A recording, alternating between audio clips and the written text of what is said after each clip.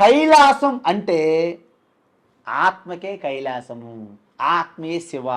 కాబట్టి వాస్తవాన్ని శివ ఎక్కడ ఉంటారు? ఈ కైలాసం అని హృదయస్థములో ఉన్నారు.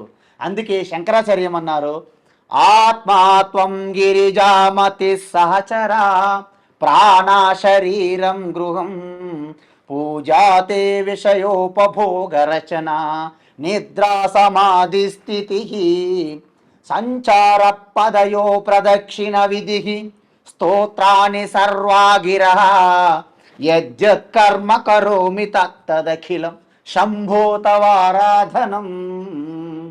హే శంభో, నువ్వు నా ఆత్మస్వరూపంగా ఉన్నావు, అదే కైలాసం.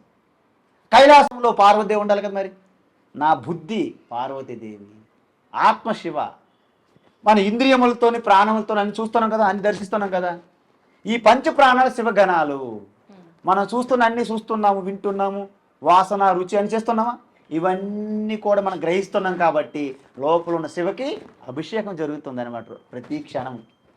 ఓకే, మనం ఎక్కడ నడిచి వెళ్తున్నా అండపైన బ్రహ్మాండం శివమయం జగత్. కాబట్టి ఎక్కడికి వెళ్ళినా ఏమవుతుంది? ప్రదక్షిణ అవుతుంది. మనం గుడి చుట్టే 3 సార్లు ప్రదక్షిణ చేయక్కర్లే. యావత్ సృష్టిలో మీరు ఎక్కడ నడిచినా ప్రదక్షిణే శివకి.